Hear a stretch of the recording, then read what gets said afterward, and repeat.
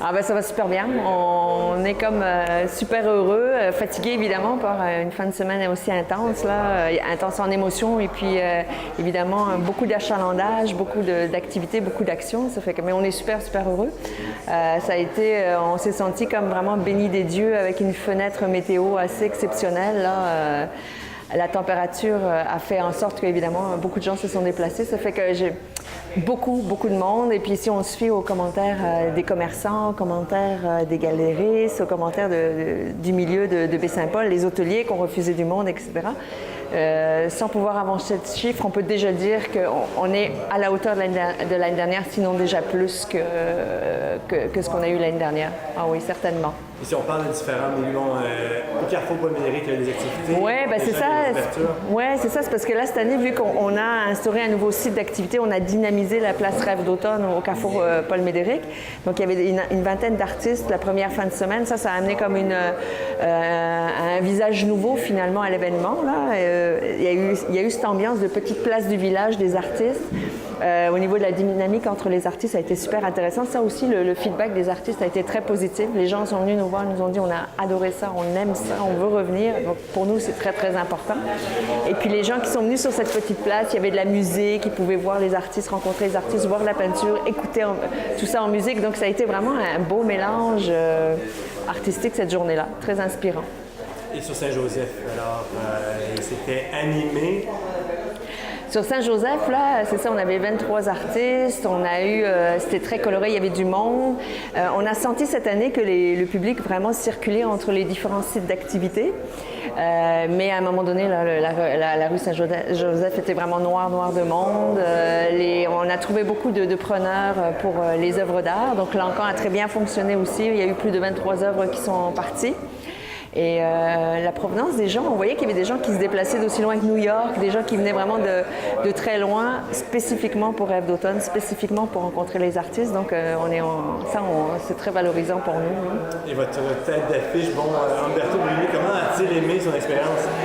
Monsieur Bruni, là, c'était déjà une super agréable surprise de le voir, parce que jusqu'en dernière minute, un monsieur de 100 ans, là, on ne sait jamais, mais là, il avait tellement hâte de venir à Baie-Saint-Paul. Il nous disait que la dernière fois qu'il était venu, je pense que c'était il y a 60 ans.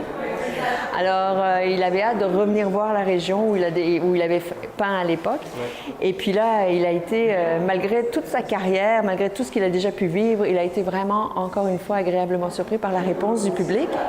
Les gens ne l'ont pas oublié, les gens l'admirent. Donc, pour lui, c'est quelque chose de très... je pense que ça l'a beaucoup ému, la réponse du public par rapport à tout son parcours, à sa carrière. Et puis d'ailleurs, on a pu voir à la conférence sur M. Bruni, là, il y avait du monde, il y avait tout près d'une centaine de personnes. Et on sentait vraiment dans l'atmosphère de cette salle-là beaucoup d'émotions. Des gens émus parce que... On s'entend que c'est un monsieur de 100 ans a vu toute l'évolution de la peinture au Québec, il en a vu passer, etc.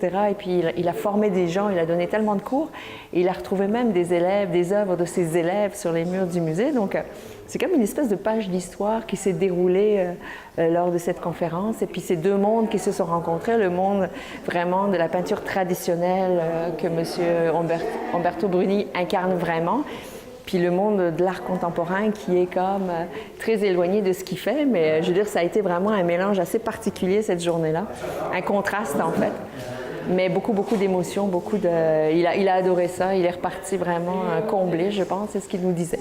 Oh, génial. Et là, beau temps, mauvais temps, à quoi on peut s'attendre pour la fin de semaine prochaine? Aucune idée, mais sûrement du plaisir, parce que je veux dire, c'est pas vraiment, même s'il y avait quelques gouttes, c'est pas ça qui va nous arrêter d'avoir du plaisir. Alors, en tout cas, on attend énormément d'artistes. Là, sur la rue Saint-Jean-Baptiste, entre 70 et 80 artistes sur la rue Saint-Jean-Baptiste. Là, les gens vont continuer, vont venir se promener sur la place Rêve d'automne, où on va avoir plus d'une cinquantaine d'artistes. Là, on parle d'animation musicale, il va y avoir des œuvres collectives, beaucoup d'animation, beaucoup de peinture. Donc, puis moi, je pense sincèrement qu'il va faire beau. C'est ce que je veux croire et c'est ce que j'espère qu'il va arriver. Et puis, même s'il y a quelques gouttes d'eau, on sort les parapluies. C'est pas ça qui va arrêter l'art de nous émerveiller. Mais oui! Faut pas s'arrêter à de petits détails comme ça parce qu'il y a des artistes qui viennent de très loin parce qu'ils ont envie de partager avec le public. Donc, ça va être une fin de semaine extraordinaire, ça j'en suis sûre. Puis là, ici, avec cette semaine, donc, ce sont les artistes russes qui sont arrivés. Et déjà ce matin, on a un atelier d'iconographie qui a commencé. Donc, Alexandre Sobolev, moi j'ai juste regardé un petit peu dans l'atelier en passant. Là, je veux dire, si j'avais le temps, moi c'est sûr que j'y serais allée parce que je trouve ça fascinant. C'est un excellent pédagogue et puis c'est un univers. Hein, je ne sais pas si on peut les voir, les icônes là.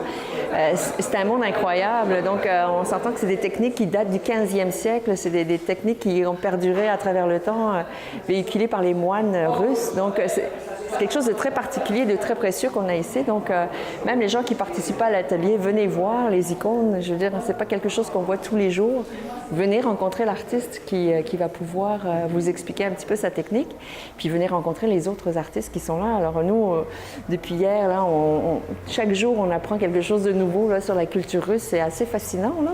On essaye tant bien que mal d'apprendre quelques mots, mais encore une fois, une occasion unique de rencontrer des artistes, de rencontrer un monde artistique qui est très différent, évidemment, de la peinture québécoise.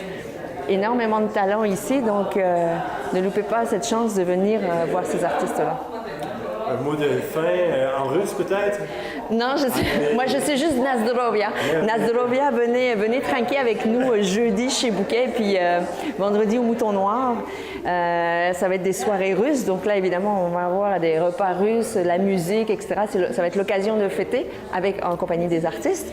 Et donc de placer notre petit mot Nazdrovia avec tous les gens qui vont être là. Donc je pense que ça va être des soirées mémorables.